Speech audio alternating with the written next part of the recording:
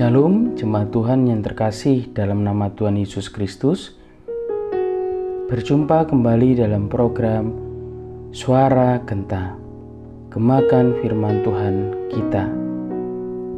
Hari ini kita akan belajar firman Tuhan tentang sikap dalam Tuhan, yang akan kita renungkan bersama dalam Kolose pasal yang kedua ayat 11 sampai yang ke-12. Demikian bunyi firman Tuhan. Dalam Dia kamu telah disunat, bukan dengan sunat yang dilakukan oleh manusia, tetapi dengan sunat Kristus yang terdiri dari penanggalan akan tubuh yang berdosa.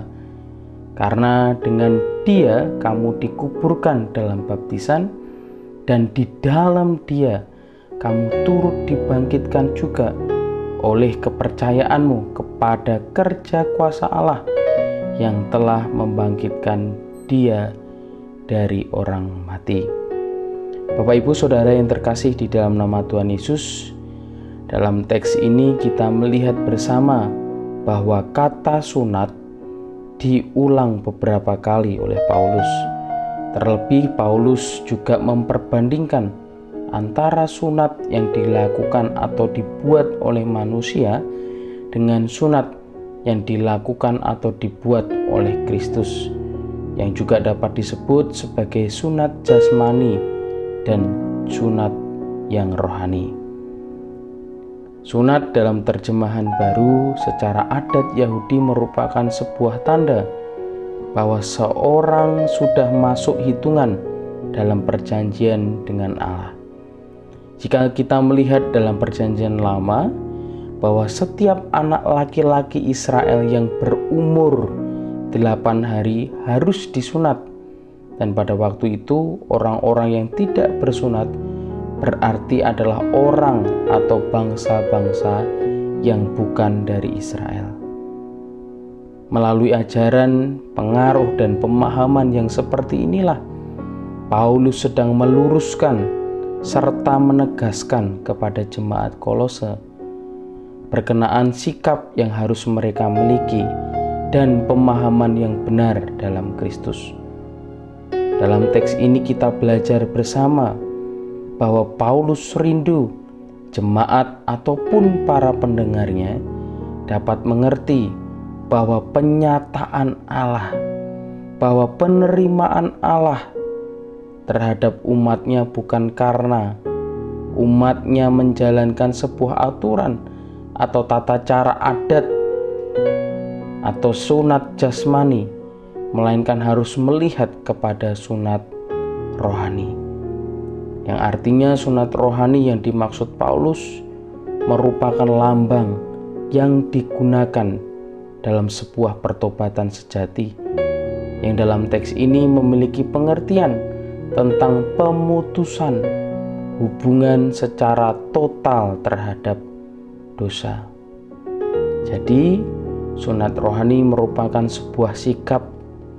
Sunat rohani merupakan sebuah tindakan yang harus dilakukan serta dipahami oleh orang-orang percaya di dalam Kristus. Hal ini bukan memberikan pengertian tentang memotong kehidupan rohani. Hal ini bukan memberikan pengertian tentang memangkas kehidupan atau kebiasaan rohani kita, tetapi ini merupakan sikap yang benar dalam Kristus, bahwa sebagai orang percaya, kita harus memiliki dan menggaungkan dalam diri kita tentang pertobatan yang total terhadap dosa.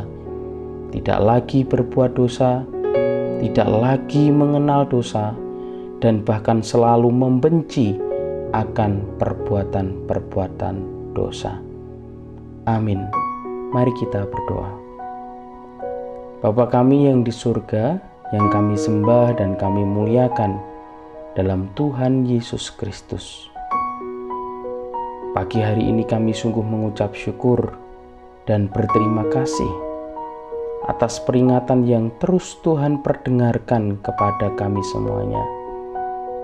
Ampunilah kami Tuhan, ampuni setiap perbuatan kami, ampuni setiap tindakan kami, dan ampuni setiap cara hidup kami yang selalu mendukakan hati-Mu ya Tuhan. Pada hari ini kami memohon, biarlah Roh Kudus Tuhan terus berbicara kepada kami dan terus membimbing diri kami untuk semakin sadar bahwa diri kami harus benar-benar bertobat dan kembali kepada karya penebusan yang telah Kristus berikan. Terpujilah Engkau Tuhan.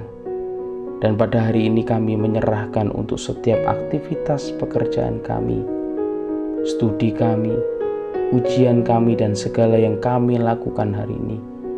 Kami berdoa biarlah kiranya Tuhan boleh memberkati.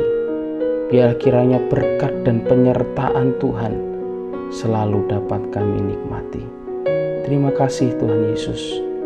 Dalam nama Tuhan Yesus Kristus, kami berdoa dan mengucap syukur. Amin. Tuhan Yesus memberkati.